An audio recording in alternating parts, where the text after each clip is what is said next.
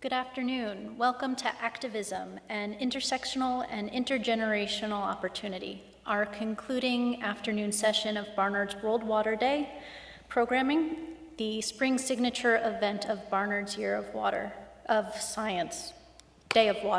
Year of Science. My name is Leslie Raucher. I am the Associate Director of Barnard's Office of Campus Sustainability and Climate Action, and I'm so excited to be here today for this event. The word opportunity is key here. This group of student leaders inspire me with their push to surface and elevate the imperative that is climate change, as well as the power to act in the here and the now towards developing a more just and sustainable future. Leading the talk is Delaney Michaelson. Delaney is a sophomore at Barnard and is majoring in anthropology with a minor in environmental science and economics. For nearly 10 years, Delaney has spearheaded multiple environmental initiatives, from redesigning waste systems at numerous institutions to implementing an ordinance for a youth climate commission for Los Angeles County.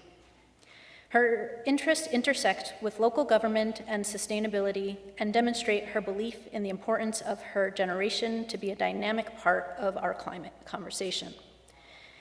She continues to bridge the intersectionality of the climate crisis through positions on student government to demonstrate the necessity for collective action. Welcome, Delaney. Thank you, Leslie. Hello, everyone. Thank you all for coming to engage with us and hear our perspectives. Personally, I believe it's imperative to collaborate to effectively initiate change. And without young leaders like the ones sitting next to me, who continue to push and for a complete climate transformation, we will not be able to push for strong environmental adaptation measures. So up here with me today are 4 young leaders who continue to advocate for change on a local level, and everyone starts somewhere. So today I will highlight our climate paths to demonstrate the importance of spearheading, delegating, and uniting with one another to help stop the climate crisis. I also want to emphasize that we make up the Columbia University student body, with students from the new Graduate Climate School, the School of Engineering, and Barnard. It's important to recognize the true intersectionality of the crisis, and we need individuals who specialize from economics to anthropology and engineering. Without a multidisciplinary approach, we will not be able to tackle this crisis. So today, I have the pleasure of working with and speaking with Brianna, Millie, Max, and Rachel.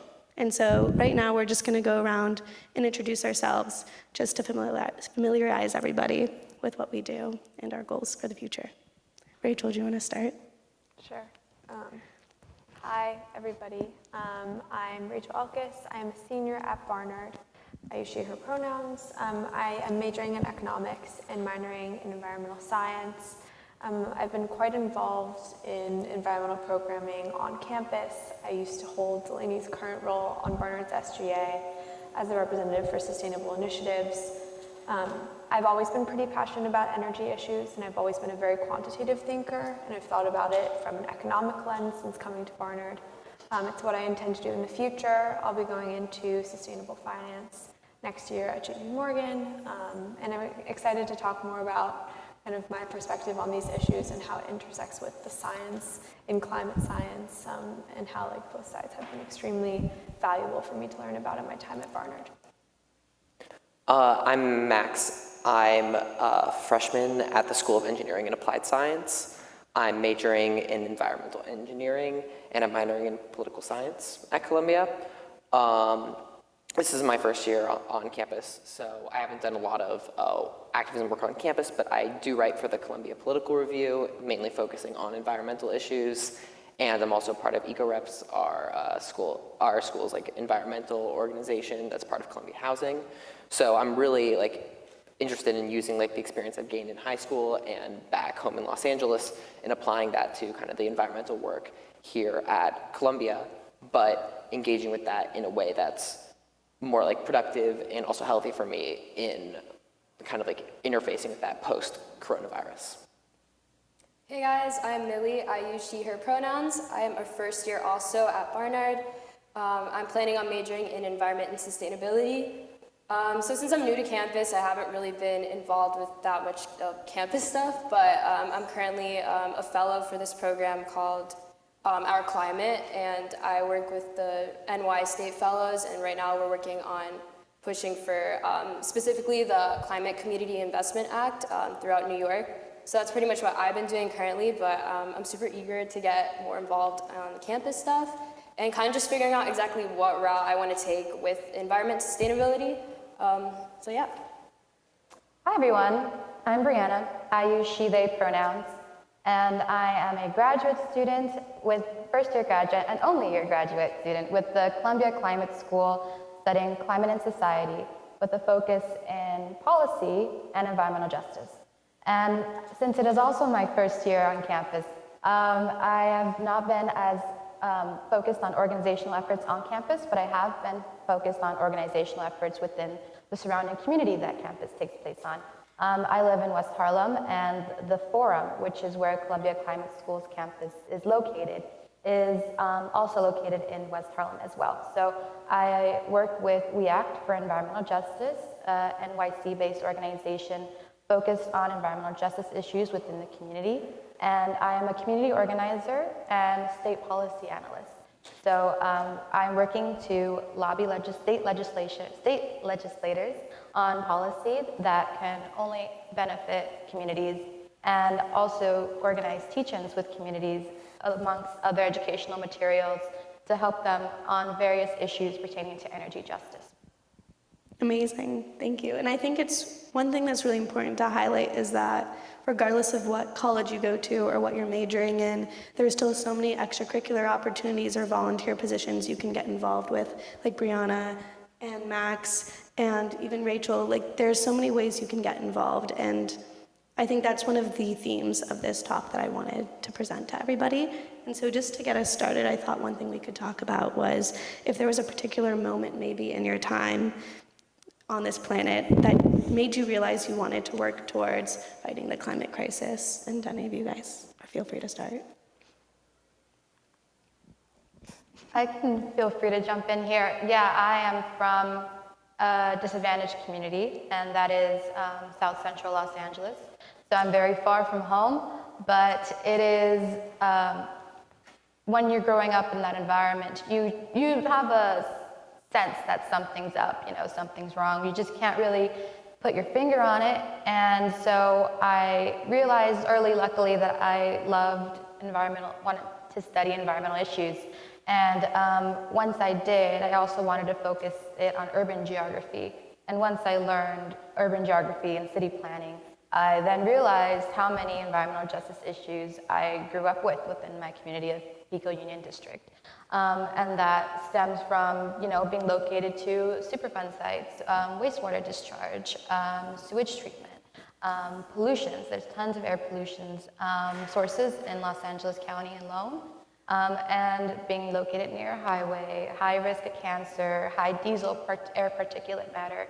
And so now that I know all of this, it has only further fueled my resolve for environmental justice policy and advocating for it at a state and local level to help communities like mine. And so that was my impetus into climate justice journey. Yeah, I can jump off of that. I similarly grew up in Baltimore, which is a pretty disadvantaged community in terms of environmental justice. However, I lived in the suburbs outside of it, and that's a completely different experience. And the first time I heard the word environmental justice, let alone extensively about environmental science, wasn't until my senior year of high school. I similarly learned about economics that year.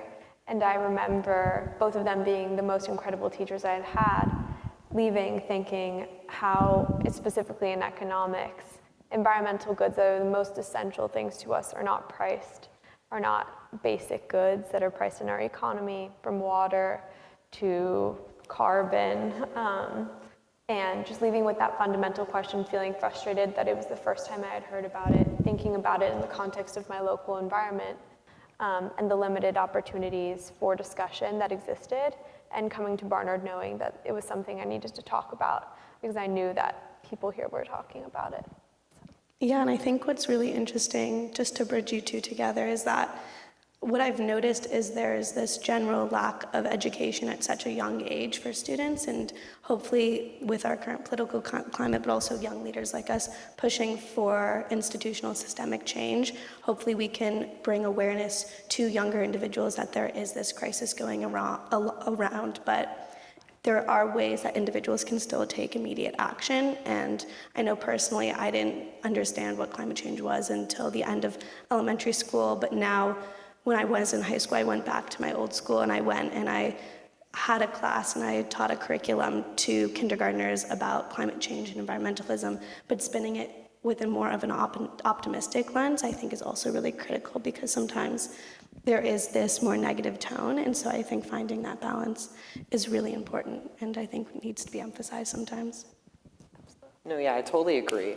I think that, I remember the way I started interfacing with climate change and the climate crisis was really kind of coming at it from, a genuine, enthusiasm for science early on. Just someone who's, always fascinated by reading, books about the solar system and about, life cycles as someone who's 6 or 7 years old, and me wanting my career to be involved in that, but then also having a desire to make the world a better place.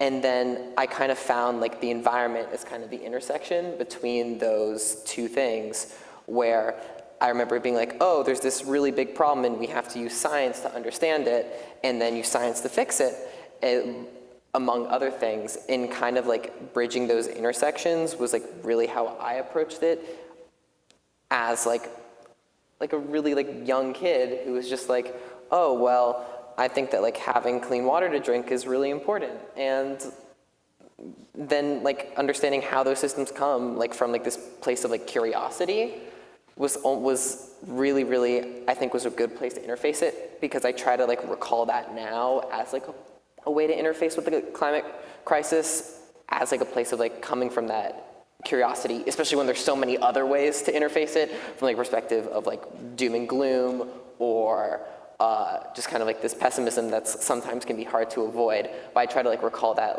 original just curiosity for the environment and science as a way to interface it now, and I think that's a really helpful way to get young people to interface with it. Yeah, I kind of agree with that, with the sense of curiosity, but I guess for me it was more from a political standpoint, in the sense that I'm from Miami, which is pretty much ground zero for climate change, and I kind of was just witnessing the lack of change that was going on and the lack of discussion of the climate crisis in general in the city, and just seeing how they were just adding on to the issue instead of mitigating it or adapting to it. So I think that's pretty much what sparked my interest in getting involved and being hey, something needs to happen here. And I actually had a few friends of mine who we went to school together. We would talk about this at lunch and be okay, this is really messed up. We need to do something about it. And I think that's when we came together, and that was the moment where we were okay, let's see where we can get involved in.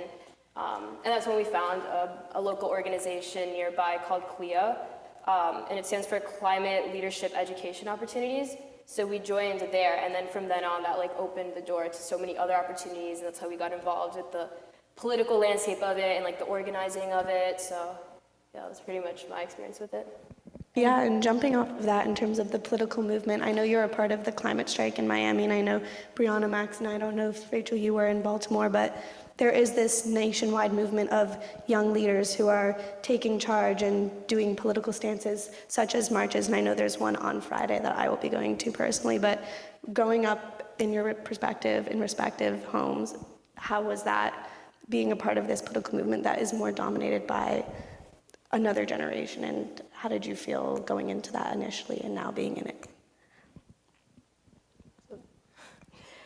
I guess I can answer that. I think it was really interesting going into it at first, just because it was still so new, at least for my community. I guess like where I grew up, there was a lot of privilege around me and a lot of people who didn't really understand that there are actual real issues in the world, if that makes sense. Also, it was very like Republican. People just really didn't think about stuff like that. So I guess trying to get people in my community, especially at my school, to be like, hey, come to this climate strike, like, it'll be good, it'll be a great educational opportunity. A lot of people kind of turned that down or were like, sorry, like, I'm not into that, or like, I don't find that really important. And then on top of that, working with the older generation with it, there's a lot of adults leaning in that, telling us that we didn't know, that we were like too left for them, and all of that. So I think there was a lot of obstacles that we had to like go through, and that I know that climate organizers are still consistently going through. But yeah, I mean, nevertheless, we ended up fighting that and finding other ways to get people involved and finding the community that was actually interested and wanted to work with us. Quickly, going back to a point you made earlier, Delaney, about learning about climate change when you were a fifth grader, even that, I think, was just something astounding to me. Like, I would have loved to learn about climate change as a fifth grader.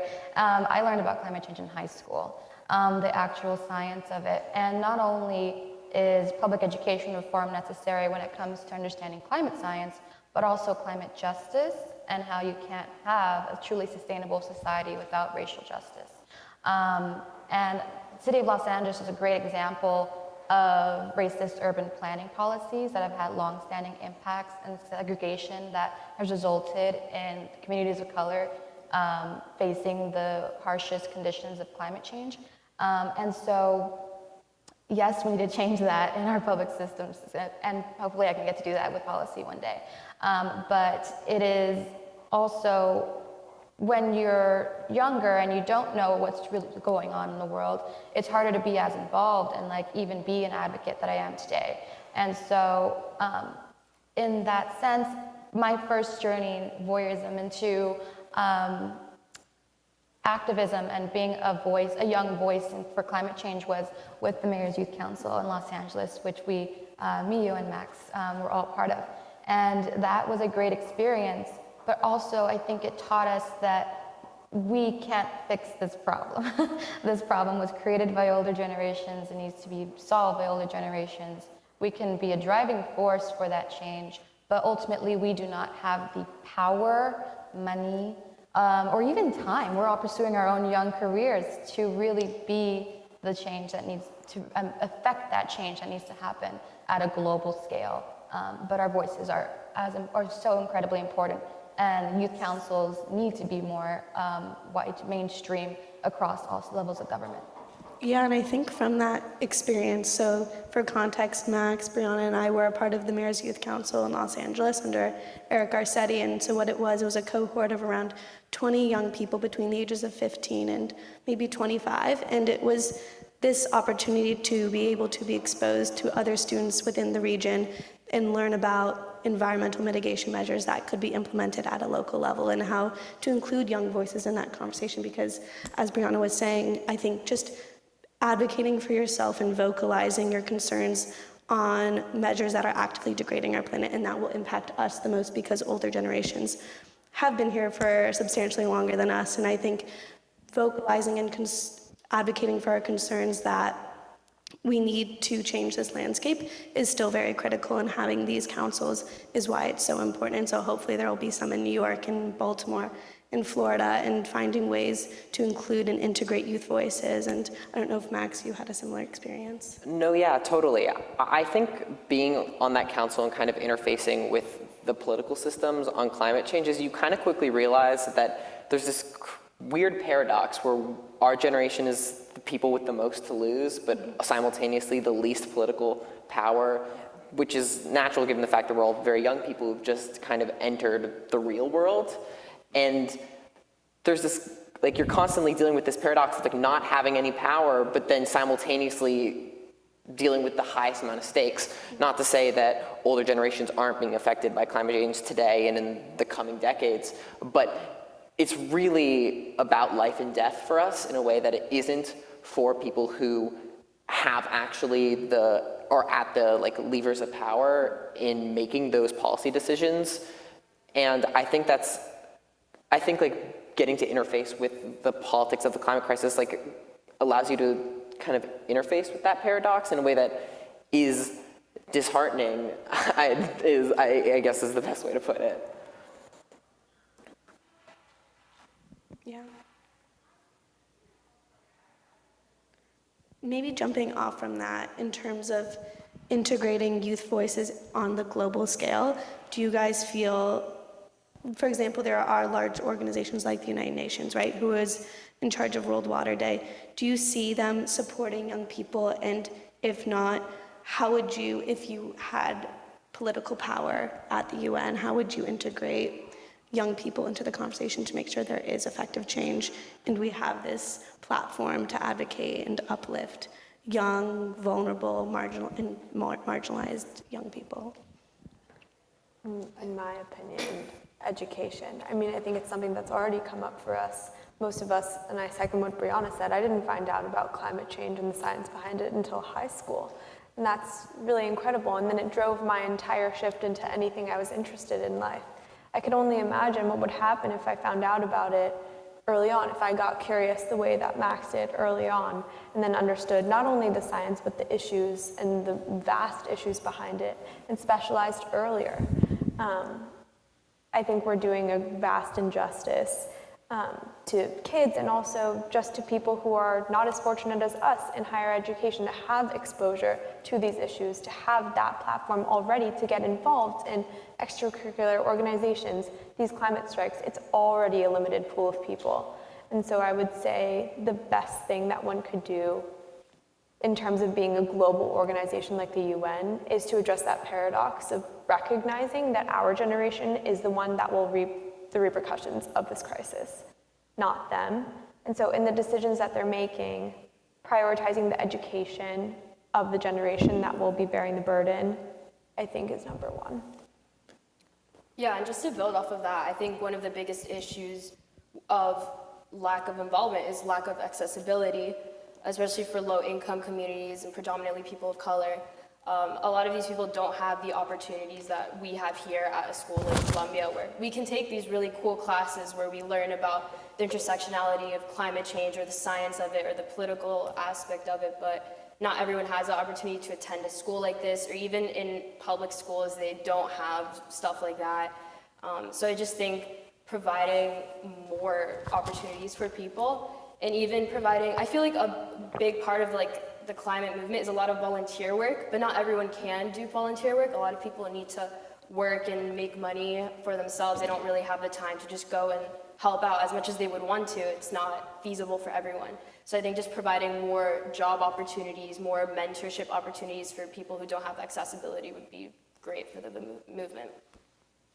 I think it also comes down to people just easily getting overwhelmed, and the problem with climate communication is it seems like it's a giant problem that is unsolvable, and people always ask me, what can I do?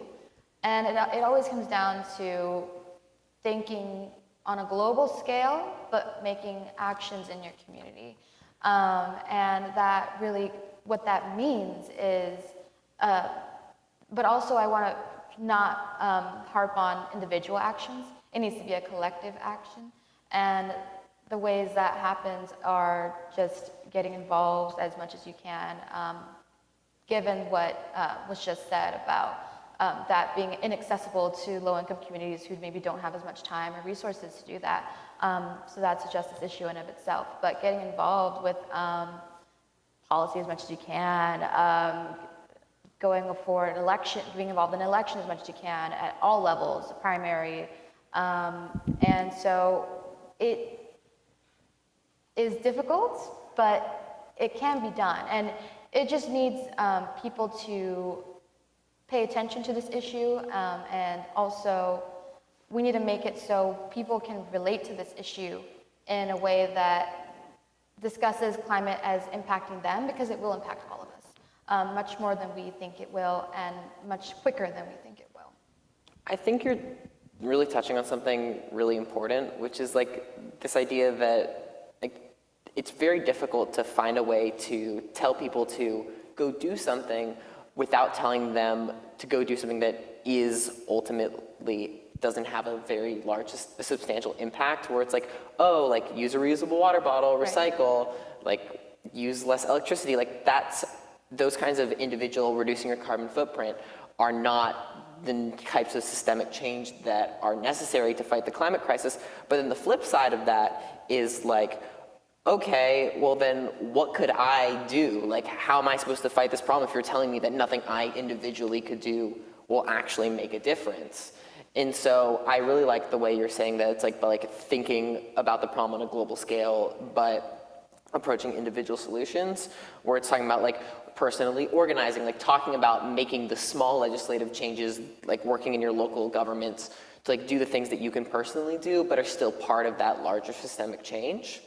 And also like establishing the stakes, and I think in your personal life are really important, because we don't want to tell people to make actions that are ultimately meaningless, but people also need to take individual actions. And I was writing recently for the Columbia Political Review an article about how like individual actions to go green can actually be helpful towards causing larger political change, and specifically how like it signals to our politicians and to the people around us that like these issues are a priority and they're important. We need to treat things that are an emergency as an emergency in our personal lives.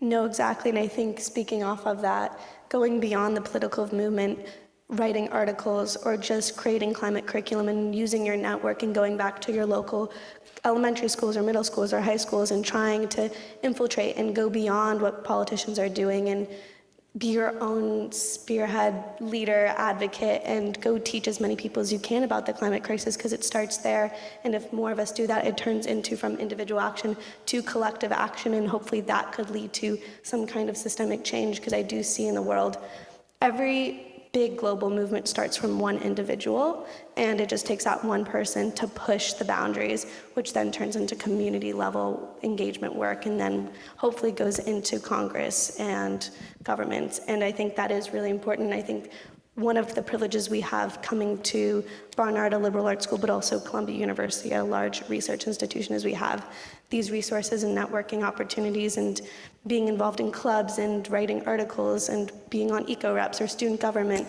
There are so many different avenues you have to advocate and vocalize and to educate as many people as possible about the climate crisis. And I don't know if you guys have had any experiences on campus and recommend to people where to get involved. Just to wrap up that thought, it sounds like we've all come to the conclusion just on this panel that the pathway to being an effective climate communicator and organizer starts with self-education, and then you educate your community, and then maybe you organize community or an event that will be impactful to everyone around you.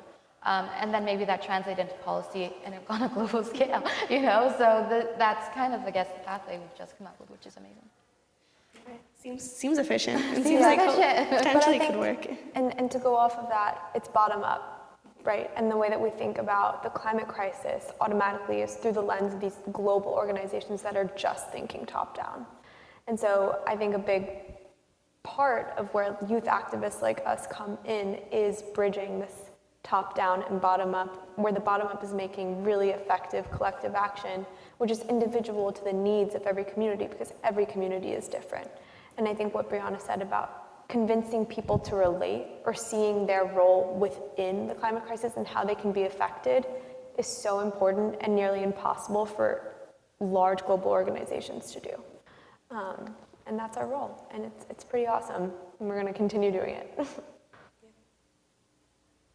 To answer your question about like how what you should do to get involved, I'd say one thing, at least this is just according to like Columbia and my experience here, I feel like professors do really help you in that sense, just because I've emailed a few like environmental professors being like, hey, like I'm looking for something to do this summer or something like that, and like I've had like a few professors like send me like a 20-page thing of like different job opportunities or even fellowship opportunities or research opportunities. And even in like one of the classes I'm taking called Challenges of Sustainable Development, the professor like she'll post opportunities like clubs or like fellowships or research opportunities, all of that stuff, and just like encourage students to apply. So I really think talking to professors, I do think they'll help you in that sense. Yeah, I've also noticed professors here really want you to go beyond the curriculum and beyond the syllabus, and they want you to get involved. They want you to participate in a club or be on student government, because it is more than just taking a class. It's applying your knowledge into the real world through a research position or an internship, and obviously that does take a lot of effort to get one of those positions, but I think it is really valuable and really helps expand the knowledge you gain from just going to class every day, and also motivates you to keep going because you see the real world applications of it. And also strikes. Strikes are important. Yes. So just a little plug, the Columbia Climate School is hosting a climate strike this Friday, March 25th from 11 a.m. to 1 p.m. And that will be a march from Low Library to the Forum, which is the Columbia Climate School campus in West Harlem. So, but that is what's happening locally at the climate school level, and there's also one at the larger regional, the city level. So maybe Delaney can tell you about that. Yeah, so I think there's going to be a group starting at 12:30 on campus, and then we're going to go downtown, and we're going to cross the Brooklyn Bridge, and it's going to end up at City Hall, which would be around like 1:30. And I think this is really important. And actually, I've just realized is one of the first strikes I'll be to post-COVID, which I think will be really interesting to see, because I don't know if anyone else here, but I used to go to monthly strikes in Los Angeles back home, and the energy and the enthusiasm, and it brings a lot of optimism to the world, because you see all these young people coming together advocating for political action, and it'll be really interesting to see what happens Friday on a global scale as well, because I think there will be a lot happening around the world. So that's something I'm actually really excited about now that I think about it. It's been a long time coming. Yeah, and it's so important. I think like COVID in itself, on top of all of the negative impacts it had on all of us, especially some communities, it really hindered our ability to talk about climate change, because at the moment it was just not a pressing issue compared to what we were facing in the present moment. And so having started on this campus COVID-free and having 2 years of COVID, our ability to band together and be activists on this campus or virtually was completely suspended for a long, long time, and it almost felt like we took some steps backward, whereas the larger narrative, I feel like, of COVID is that like, oh, we weren't going anywhere, so we actually helped, and that's just fundamentally not true. If we go back to the actual like community level, we've taken a lot of steps back, and so I think it's important to go to these strikes more than ever to kind of rebound in the way that we really need to. Yeah, and if anything, I would see this as almost like an acceleration, because we've had 2 years to just sit and kind of let the world reset. But if anything, this should propel us to push even harder for more effective change, because now we're even seeing an increase in frequency and intensity of these natural disasters, and it's only going to continue. And so I think advocating by going to these strikes to show politicians that the climate crisis is imminent and is immediate and is here, and we need to all come together right now to address it in this post-COVID world that we're in currently. There's definitely a power in just like showing up and being there. And I think that like that was obviously something that was very difficult to do virtually or digitally. And I definitely think that like we have to show that like this is still a priority. It's more of a priority now than it was 2 years ago. And I just think there's a lot of, I think I have to decide how to do that better. I have to be better at that personally, because I think I was able to like take a step back from like climate activism like with COVID, because it was less feasible. And kind of now that we're back on campus, I think that there's a lot of room where I need to figure out how to interface with the climate crisis in a way that is productive to solving it, but then is also healthy to me, because I feel like a lot of the ways I was interfacing with the crisis pre-COVID maybe were very good at like burning me out. And I think trying to find like that balance now of like being able to show up but also taking personal time is something that I think I'm more conscious of now post-COVID than I was before. Yeah, I really want to emphasize the point you said of just showing up. I don't think you should go into it thinking you're going to be that leader. You shouldn't expect yourself to be that leader. I think just being a body is so important and so critical, and you have to start somewhere. And if that it just means showing up to that march and just learning about the environment and the advocates there, I think that's the perfect place to start. And then you just propel from there and you just keep going.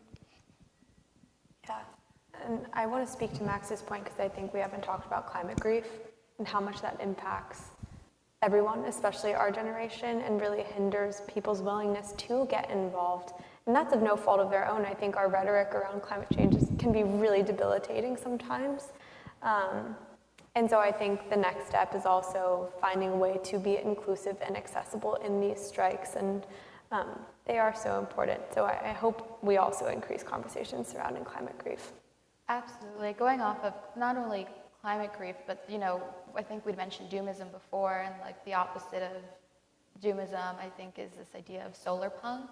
And like we have to imagine a world in which there is a just transition, in which we're not dependent on fossil fuels or natural gas. And the way we do that is through like radical art and creative thinking, and making climate change less of a scary thing and more of a problem that we just all have to come together to solve. And that goes back to the way we communicate about climate. It's just so fundamentally important to the public to get them involved. And so I personally have been watching TikToks about good news. I think it's like good climate news. And that gives me hope, and it continues to fuel my fight, because I know that the changes we do make, even though they're small, but we are mighty, have a true impact. And once you start to see the impacts of your efforts, though it's a giant problem on a global scale, you see maybe there was a policy that was passed on a local level. Maybe there was something nearby that was cleaned up because of organizational efforts.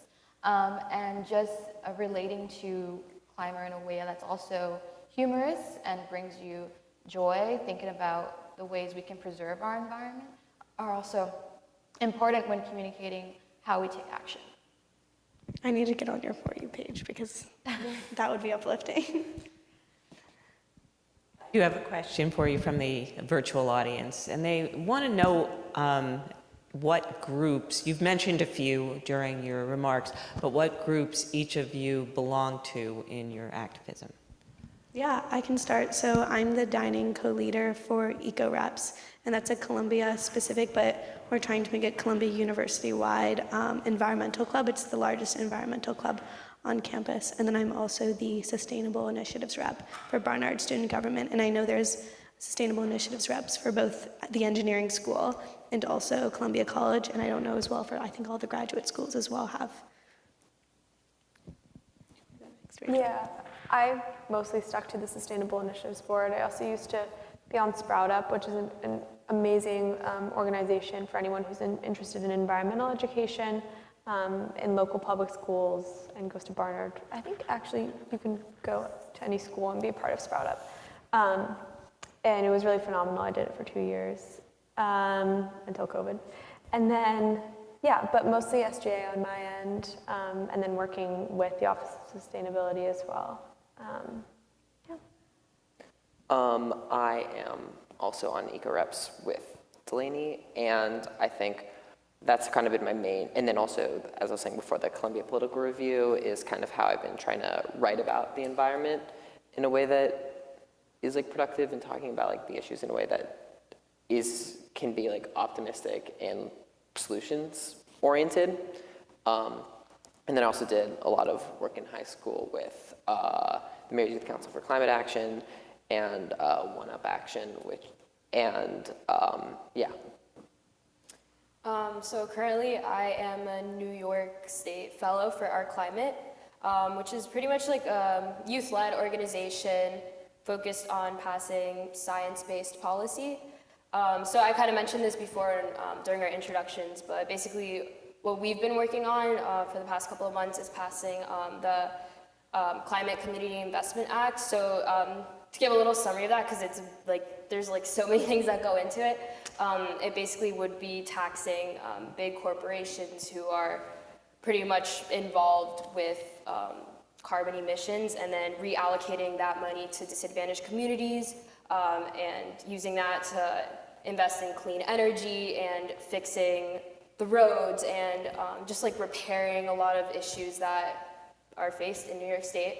And it's a really cool organization. They recently just did like a little trip to Albany, to the Capitol, and like talked to state representatives. Unfortunately, it was the day that I had a midterm, so I could not go. But yeah, so there's always cool ways to get involved through them. So if anyone is interested, I would definitely recommend getting involved with our climate. Life of a youth activist. Yeah, where do I start? It's a very long list.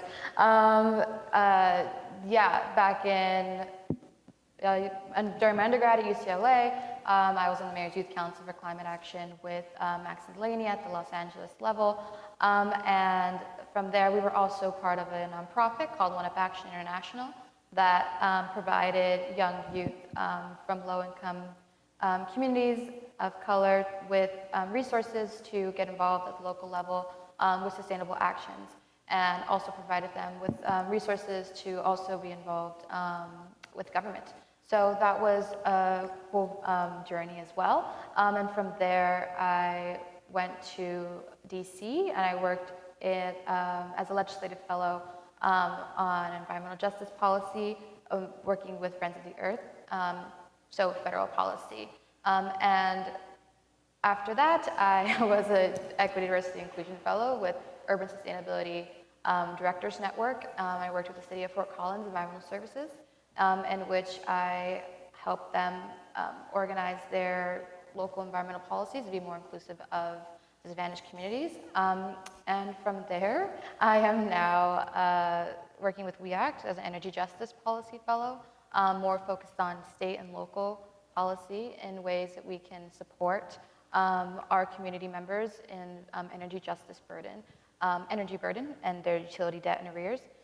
So that is what I do now, and I'm also producing a podcast that works. I'm a graduate research assistant with Lamont on campus that works with indigenous communities studying sea ice melt in Kotzebue Sound. And so I am going to have them on a podcast and let them tell their climate story of the way sea ice change has impacted their community and local traditions. Yeah, and one thing I want to emphasize is that there are so many ways to get involved, both on campus, as you can see, but also off campus. And I think all it takes is, like we've been talking about, is awareness and education and trying to put yourself first and advocate for yourself and just do the research. And there are so many resources. Sometimes it can be overwhelming, but reaching out to older individuals. I know Rachel was my environmental fellow here when I was a freshman. I looked up to her, and I think it's really important to always just reach out to older individuals on campus who've had the experience and have had the knowledge and have gone through the process, because everyone wants to help each other, and climate action is collective, and we need to all work together, and so we should all support each other and uplift one another. No, yeah, totally. I totally forgot to mention that, because there's just so many different ways to interact with the climate crisis, that I'm working in an environmental engineering lab with Professor Alyssa Park, who's the chair of the department, on in their her lab group on carbon sequestration and mineralization, and like also like trying to interface with climate change from like the engineering aspect, and actually like creating those solutions to give us more time to mitigate the effects of climate change by taking carbon dioxide out of the atmosphere. So there's just like so many different ways that you can approach it, like from the engineering perspective, from science, from policy, like arts, like making like podcasts and making media. There's just so many different ways. It's a changing of our society, and that's going to require all different aspects of our society. So it's not about being like reorienting your life towards like political activism. It's taking the thing you're already passionate about and seeing how that can be oriented toward this really large problem that we're all going to have to deal with. No, Absolutely. yeah. I think it's so important to also realize that all of us up here have very different majors, yet we've all come together and have crossed paths in some way, which is so important, and one of the beauties of going to a university and going to college, and which I am so thankful for, is that you're able to have so many different perspectives from so many different individuals who have come from so many different backgrounds, yet we all have this common factor of wanting to change the world and change the planet, because regardless of who you are, where you've grown up, climate change will affect you, and it will impact your life, your daily life, and regardless of what you're studying or passionate about, it will impact you, and I keep saying that. And so I think it is so important to get involved in any capacity, even if it is just showing up to a climate march and just walking with everybody. We can support each other too. It's our collective issue.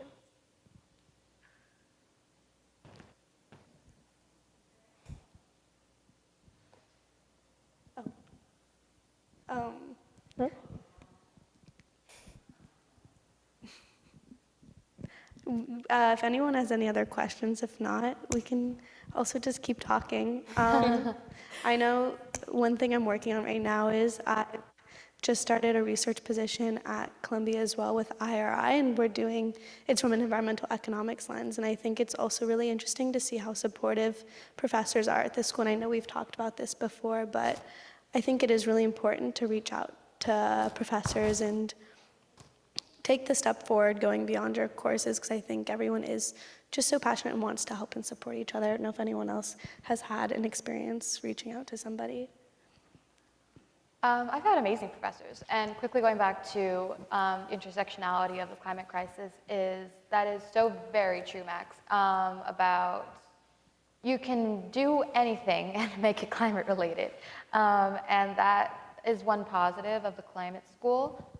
Is there are about 90 of us grad students who are the inaugural class, and there is everyone you could ever think of with the background involved in this program. People who are artists, designers, scientists, engineers, business, policy like myself. And so you couldn't get any more diversity in backgrounds in that program. And I think that is something that is so powerful, is everyone's now going to have the same knowledge of climate science, but they're going to be able to go off into the world in their own sphere, their own sector, and start making decisions that better impact our future. There was no good point to that. Got it. I'm going to let you continue. Yeah, and I think one more thing, just before we quickly close up, I think one thing is really important is going to a university. Sometimes there are, as we've talked about, there are so many opportunities and so many classes and extracurriculars and clubs. It can get overwhelming, and I think just taking it day by day and just realizing everyone here wants to make the world a better place, because we all live on one planet, and it is really important to clean it up and improve it for everybody, regardless of who you are. Yeah, just reach out and look at the opportunities and the resources, because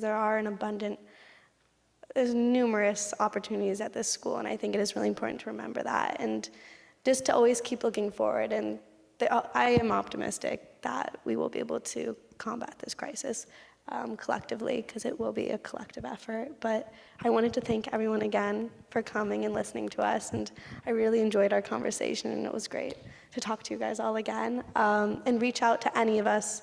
I'm sure our contact information will be somewhere, but again, my name is Delaney, Rachel. Max. Millie. Brianna. Yeah, thank you all again. Thank you. Have a great day. Thank you.